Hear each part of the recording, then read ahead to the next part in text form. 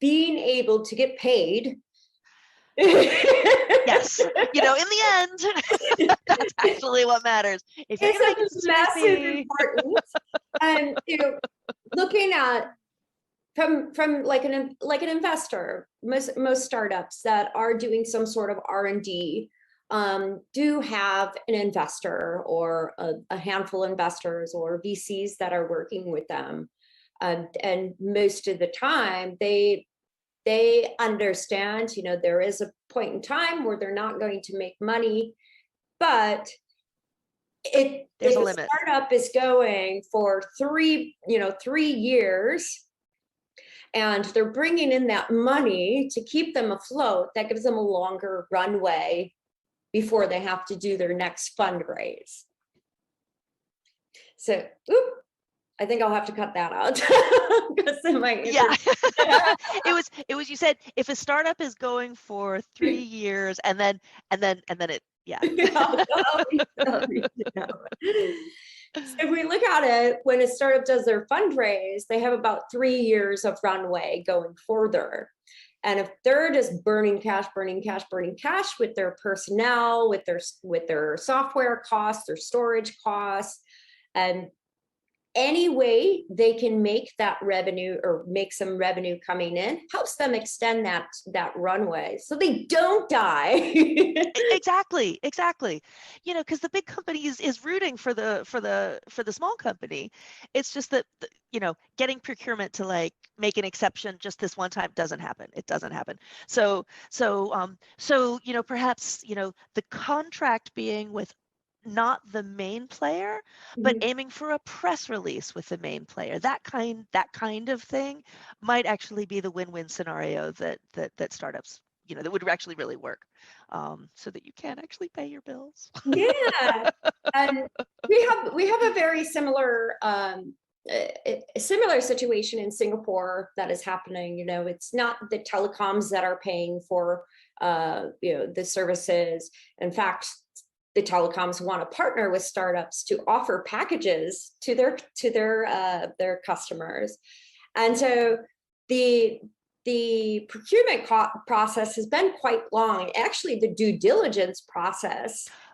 We didn't even talk about due diligence. Exactly. So due diligence plus procurement, sometimes that's a death knell. Yeah, and I was surprised at how long that took. And luckily, the startup I'm working with does have a considerable amount. They're cash flow positive, which is very rare in the startup world.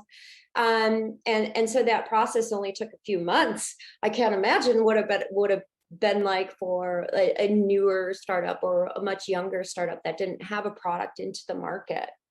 And so exactly. I really love this idea of doing these partnerships, especially with other startups.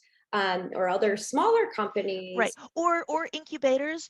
Somebody who can actually be the one to cut you a check faster than the big company would, but then get the street cred by getting the PR or the publicity or whatever with the big company, because most big companies, not every single one, most big companies are very happy to share the stage with the smaller company because, they want to be seen as cutting edge. The reason that they're working with a small company is because they're not cutting edge, but they want to be able to offer the services.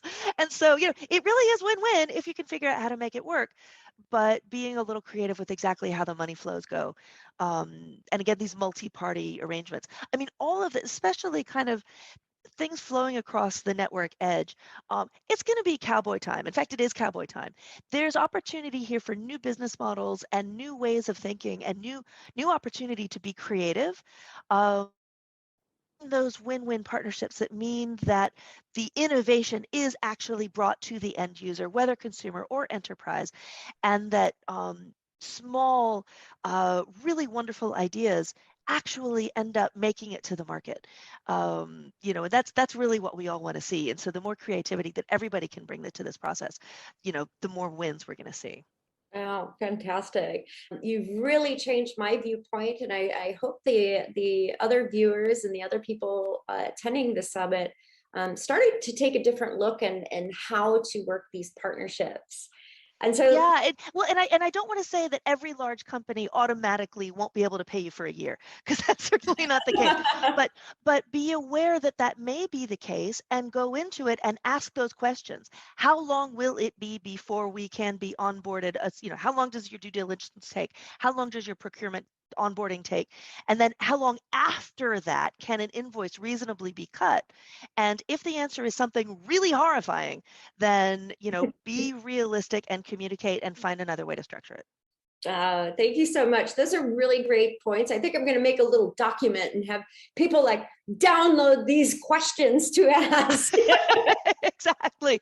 Because the thing, you don't know what you don't know. And unless you ask, and unless you know to even ask about this topic, you might just assume, well, I pay my bills in 30 days. Surely giant world company does too. Not necessarily. So yeah, just forewarned is forearmed. Yeah. Well, thank you so much, Lesley. Do you have any final words of the encouragement or anything you would love to say to the attendees here?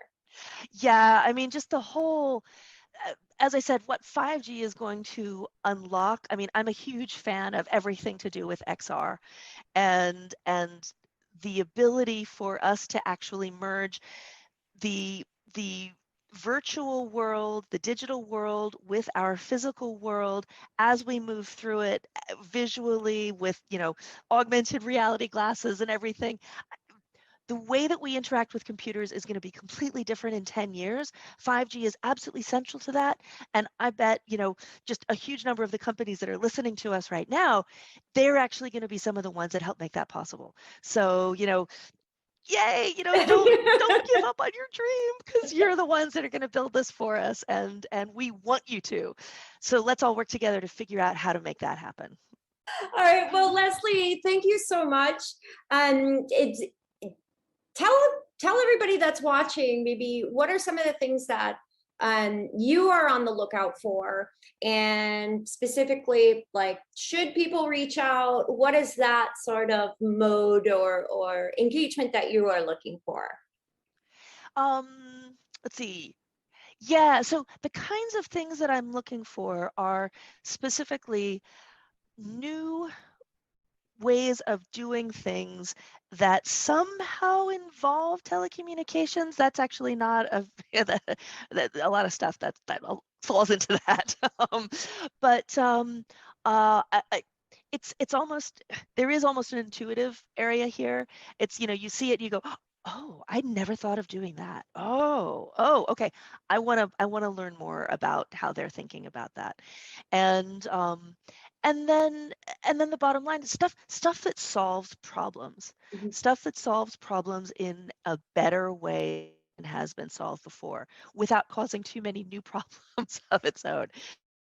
The kind of thing that I'm really interested in. And yeah, anybody who wants to get in touch with me on LinkedIn, my Lesley Shannon Nokia, look me up on LinkedIn. I'm always willing to connect to people. I'm always willing to hear people's pitches, because it wouldn't be to work with Nokia directly, but because I talk to many phone companies all over the world. If one of our customers is looking for somebody to partner with to do something, the more I know about what's out there, the more that I can actually guide some of our customers to, like, oh, well, there's this company, this small company that's doing that, and there's another company that's doing that, and you might want to talk to them. So, no promises, but that's actually how I work as I move through the landscape. Awesome. Thank you so much, Shannon, or Lesley, sorry. That's okay. Yeah, everybody does it. So much, Lesley. We'll talk to you soon. My pleasure. Thank you so much for inviting me to speak today. Yay, there we are. Hi. It's so great to kind of catch up with you again. Likewise. Let's see if we have anybody doing a Q&A. I know we have a couple of people who just joined in. We got Kevin here. I have a question for you that I wanted to add in here, and I'm going to show it on the stage here. As what is the latest use case that has caught your eye? Well, I don't mean to be too self-serving. But one of the things that it's actually a use case that we at Nokia have done, and it's working with a company called Aero Farms, and they're a company that works in northern New Jersey. And what they do is they take abandoned factory premises, so these giant empty buildings, and they fill them with basically trays of growing plants. Wow. And yeah, and so they turn these empty, abandoned industrial facilities into farmland. Except it's actually kind of amazing because it's indoors, and of course it's, lights and stuff. Um, because they can close the doors, it's automatically organic because there's no weeds and there's no insects, so they don't need to use herbicides or pesticides, and they don't have to spend any fuel on tractors or anything like that. And because they put the plants, the crops, in trays that they stack up to the ceiling, and the ceilings are, Right, yeah. 40, 50 feet high, they can actually get 390 times the productivity per square meter than you can from Wow. actual farmland. Yeah. And because these abandoned industrial plants tend to be near cities, much closer than actual farmland Yes. is, that means that you're actually growing the food right next to where the people are going to be consuming it, which is again another yay for sustainability. And the reason that I'm mentioning all of this here in the 5G is that 5G is a key part of this, Mhm. and it's amazing how many places 5G shows up that you might not think about. But in this case, because they've got these trays stacked to the ceiling, how do you make sure that the plants are growing well everywhere? Well, the way that they do it is with visual analytics on drones.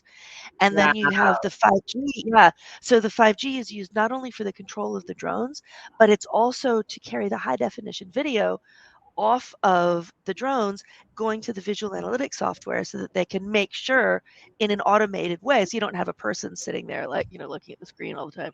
Oh, that plant has been taken. Or a person sitting there watching it grow. Right, exactly. It's like, oh, nobody wants that job. But no, instead they use visual analytics to be able to do that same kind of task. And so yes, these plants are okay. These plants are, oh, tray 65. Let's send a human to look at that because something's not quite right there. So yeah, so it's this wonderful sustainability, repurposing, Yeah. taking something that used to be consuming carbon and actually generating food instead. And 5G turns out to be the key of it. Who Wow. knew? That is Yeah, so amazing. I yeah, that's one of my favorite recent ones. I love how it's like all these little pieces of technology are coming together, and just Yeah. It's the uh each individual technology has a certain amount of power, but you really start getting transformation and disruption when you combine things together. yes. Yeah, yeah. So That's all. and plus with the transformative idea, the breakthrough realization, oh, I can grow food in an abandoned factory. I mean, that takes some pretty serious lateral thinking in the first place. It does, and I'm just so excited to see how this may start scaling out to many different cities. I think that is where the major impact is going to be happening. So, wow. Right, right. Well, another thing that makes me wonder is as we move to a more shared economy around the automobile, a discussion point that's been out there is what is it, 30% of the space in cities is taken up with infrastructure regarding the automobile. So parking garages and even in homes, my own home, a significant proportion of it is taken up by the garage. So what happens if we don't actually have our own cars anymore, but we're actually, renting them or use-based sharing? And what happens if that kind of growing of crops is happening in everybody's former automotive space, which is already kind of like a mini industrial setting anyway. Yes. Um, yeah, and then using visual analytics, because I myself am not a farmer. I don't know if my lettuce is growing at the right speed or not. But if I've got the right kinds of analytic support, then I can know and I can be told what to do when. So Yeah. that's who knows? That's crazy I idea, love but that vision. Wow, wow. I want to grow some on my balcony. You know, there's like oh, my balcony I don't use. see, perfect, perfect. You're a farmer waiting to happen. Yes. All right, Lesley, well, we're wrapping up the time, and I don't want to take up any more of your day. I want to thank you once again. Truly amazing hearing what is all of your ideas and your tips for helping make those smart and strategic partnerships.